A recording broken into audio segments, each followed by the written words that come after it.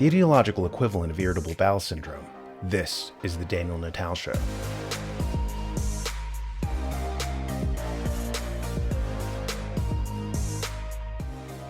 In Rhetoric, Poetics, and Logic, Aristotle talks about the three basic ways you can form an argument. 1 appeals to logic, 2 appeals to emotion, and 3 appeals to authority.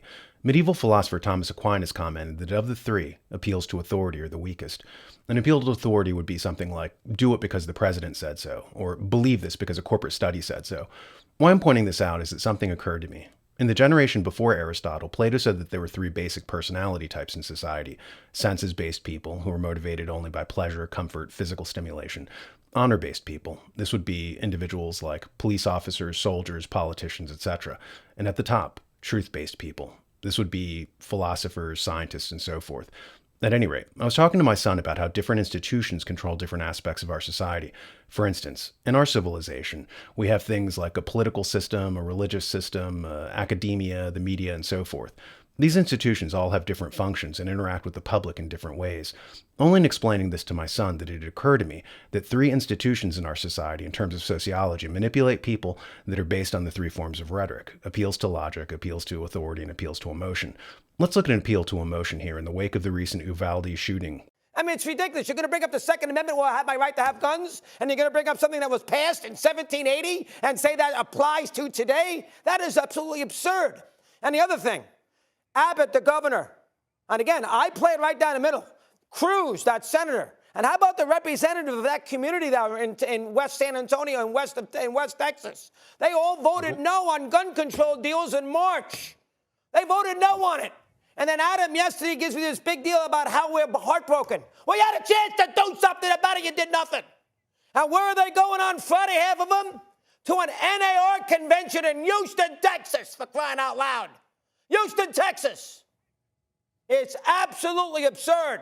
America, shape up, wake up, and do something. I don't care what it is. And yes, there are a million reasons why we have all these 18-year-old kids who feel disconnected and feel like they got to go out there and blow up a supermarket, a school, a movie theater in Colorado with armor on.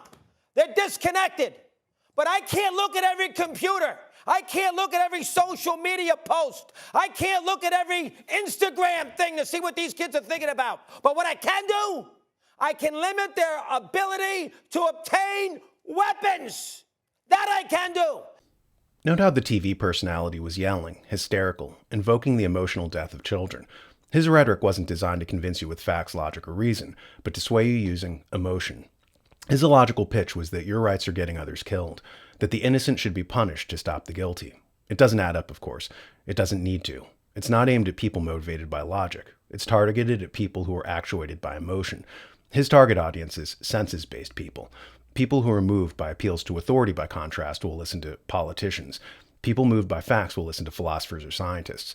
Understand what sociology is. It documents how different institutions are used to manipulate the public. The politician's job is no longer to run the government. They've been demoted. Their sole job now is to engage in social control. They're influencers just as much as some YouTube influencer. That's their sole job now. Maintain order by creating new habits to ensnare gullible followers. The populace is being managed. It's a social management system. Our actual government is being controlled by unelected oligarchs above the politician level. They're the ones who write the legislation. Your politicians, who not only don't write the legislation, they don't even read it, exist to get you to do certain things that the oligarchs want you to do. Herbert Spencer in 1873 noticed that it's the job of various institutions to create new habits in a society. He makes a good point about how we're on autopilot most of the time, hypnotized almost by habit. We don't even know why we do certain things. For instance, why do you shake hands when you meet someone?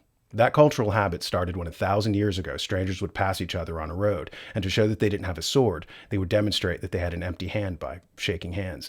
So why are we still engaging in this archaic practice? Likewise, how men tend to favor shorter hair. Why? That happened 3,000 years ago when Alexander the Great told his men to shear their hair because the Persians were grabbing it and slitting their throats on the battlefield. After that, short hair was associated with the military, hence with masculinity. Yet millennia later, we still sleepwalk into this habit. Or how about when you sneeze and someone says, "God bless you"? Where did that come from? This was a habit created by the institution of the church. In the Dark Ages, they believed that when you sneezed, your mind went temporarily blank and a demon could get inside. By saying "God bless you," they believed that they could ward off evil spirits. In a digression, Spencer complained about how train cars in England in his day were narrow because the tracks they decided to build them on were originally Roman roads, and the Romans only made the roads as wide as 2 horses' butts for their chariots. Several millennia later, we had this constraint because of a cultural habit that we don't even question. The past reaches out to the present and shapes it. At any rate, institutions exist to create these habits. Like when the last pandemic started, an institution started talking about a new normal, and how masks would be as normalized as pants or shoes. It was their job to craft this new habit, to create new established institutional patterns. And my epiphany was that to make the habit all pervasive, it wouldn't do to just craft one talking point and advance it using one institution. Rather, to get full spectrum coverage, they would rely on institutions that address themselves to the 3 basic personality types in the population: thought-based people, honor-based people, and census-based people. For census-based people, they paid YouTube influencers and celebrities to normalize it. For honor-based people, they rolled out politicians and had them tell the public that it was the honorable thing to do, for the greater good.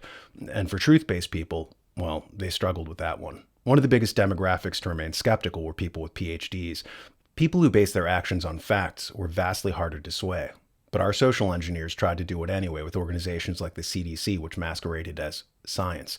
By calling on the power of all these institutions, they covered all the bases. At any rate, just thought I'd share this insight, because the true struggle in life is not to be a sleepwalker actuated by habit. Habit is rooted in the back of the brain, in the basal ganglia. Conscious thought, by contrast, is at the front of the brain in the prefrontal cortex. Philosophy tries to get you to use that as much as possible. It's called executive function. The charlatans and conmen would prefer you to depend on the back of the brain, on habit. But maybe you need to drop them, like a bad habit, instead. New American Magazine is guided by our support of the U.S. Constitution and the principles upon which that document is based.